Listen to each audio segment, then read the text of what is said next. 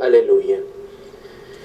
Dejen cielos caer su rocío y que las nubes lluevan al justo, que la tierra se abra y haga germinar al Salvador. Aleluya. Aleluya, aleluya. El Señor esté con ustedes. Y con tu espíritu. Lectura del Santo Evangelio según San Mateo. Gloria a ti, Señor. En aquel tiempo Jesús dijo a la gente: yo les aseguro que no ha surgido entre los hijos de una mujer ninguno más grande que Juan el Bautista. Sin embargo, el más pequeño en el reino de los cielos es todavía más grande que él. Desde los días de Juan el Bautista hasta ahora, el reino de los cielos exige esfuerzo, y los esforzados lo conquistarán. Porque todos los profetas y la ley profetizaron hasta Juan, y si quieren creerlo, él es Elías, el que habría de venir. El que tenga oídos, que oiga. Palabra del Señor. Gloria a ti, Señor Jesús. Como propuesta de reflexión del Evangelio de hoy, nos detenemos simplemente en una idea muy concreta que la escuchamos en el Evangelio. El Señor hace la referencia de Juan el Bautista. Juan el Bautista es uno de los personajes centrales durante este tiempo de Adviento. Hemos estado escuchando a otro en la primera lectura, el profeta Isaías, la figura de Juan el Bautista. Posteriormente, mediante nos vamos acercando más a la Natividad del Señor, nos detendremos en la imagen y la figura de la Virgen María. Son como los grandes maestros del tiempo de Adviento. Y obviamente Juan el Bautista es uno de ellos, lo escuchamos el día domingo en el Evangelio y ahora también nuevamente. Y haciendo referencia a Juan el Bautista, ¿no? Dice luego el Señor, dice: yo les aseguro que no ha surgido entre los hijos de una mujer ninguno más grande que Juan el Bautista. Y luego lo que hace el Señor es un poco como ponernos delante un perfil, ¿no? No significa de que todos los cristianos de modo literal vamos a tener que imitar en detalle y concreto a San Juan Bautista, pues no, más bien es un poco la referencia de que nosotros, cuantos cristianos e hijos de Dios existimos, efectivamente pueden ser caminos distintos de santidad, de conversión y de fidelidad a Dios. No es que esto es un copia y pega de un estilo y otro y vamos todos a vivir exactamente las mismas circunstancias, del mismo modo. No, cada uno de nosotros, con el corazón que el Señor nos ha hecho, traza su propia ruta. Sin embargo, el Señor a Juan el Bautista sí nos lo pone delante como una referencia, como una ruta de camino, ¿no? Y llega el momento, y aquí es donde nos interesa, en que coge el Señor hace la referencia. El reino de los cielos exige esfuerzo, y los esforzados lo conquistarán. Es un poco esa referencia, efectivamente, de que la vida cristiana, el reino de los cielos y nuestra vida de fe es algo que implica de nuestro esfuerzo, es algo que implica de nuestro camino, de nuestra libertad, de nuestras elecciones, de nuestro camino de conversión. Es decirnos de un modo muy claro de que Dios, como lo escuchamos el día domingo, es aquel que le interesa que ninguno de los suyos, ninguno de sus pequeños se pierda. Pero asimismo también es un poco esa referencia de recordarnos de que en ese camino de nuestra salvación y de nuestra santidad no es solo Dios el que hace todo el trabajo. El reino de los cielos es un don, es un regalo, es algo que nuestro simple esfuerzo humano sería imposible que lo alcance, porque no es algo que podemos nosotros atribuirnos un poco por méritos propios, y a veces más bien esa puede ser una tentación. Yo me considero bueno, me considero buena gente, como tengo mucha gente que me aprecia, entonces por poco ya Dios tiene que verse también como obligado al salvarme.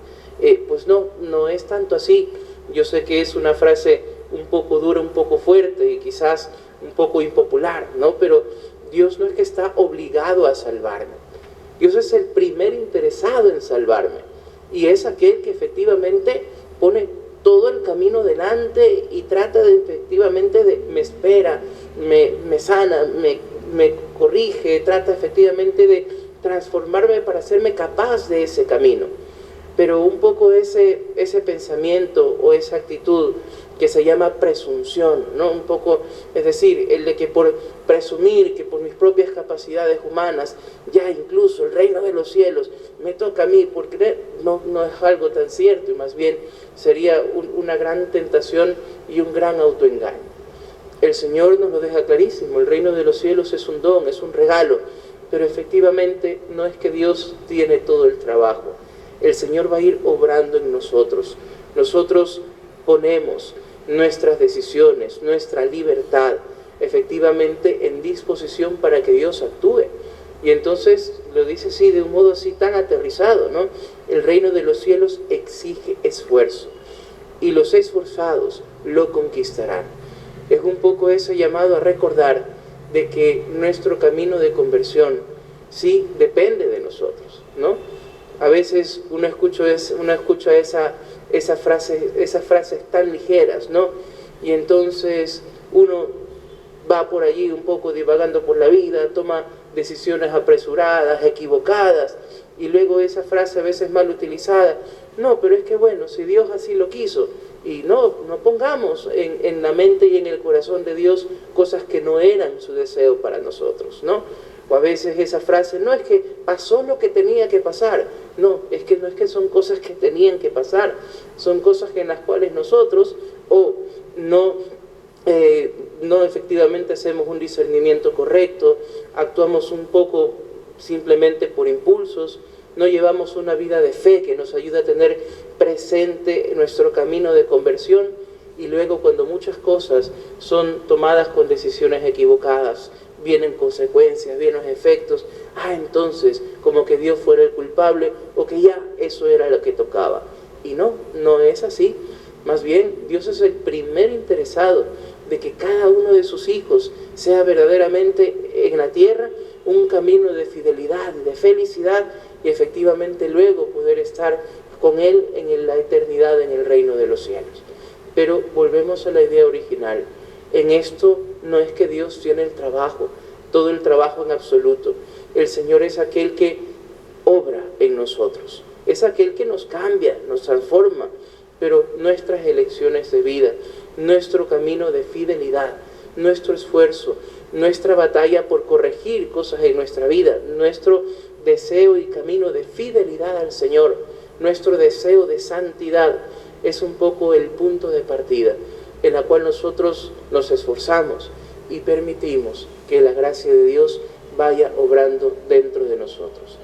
Repetimos, no es que todos nosotros vamos para poder llegar al cielo, repetir con lujo de detalle el estilo que vivía Juan el Bautista, y entonces vivía en el desierto y se vestía de este modo, y entonces no necesariamente, pero el Señor sí nos pone delante un poco ese perfil de fidelidad, de austeridad, de conversión, de amor a la verdad, de fidelidad también en el anuncio del Evangelio, de tratar de procurar también la conversión de los demás, de verdaderamente tener en el corazón ese celo y esa hambre de acercar a los demás a Cristo, mientras yo soy el primero que trato de ser fiel a Él.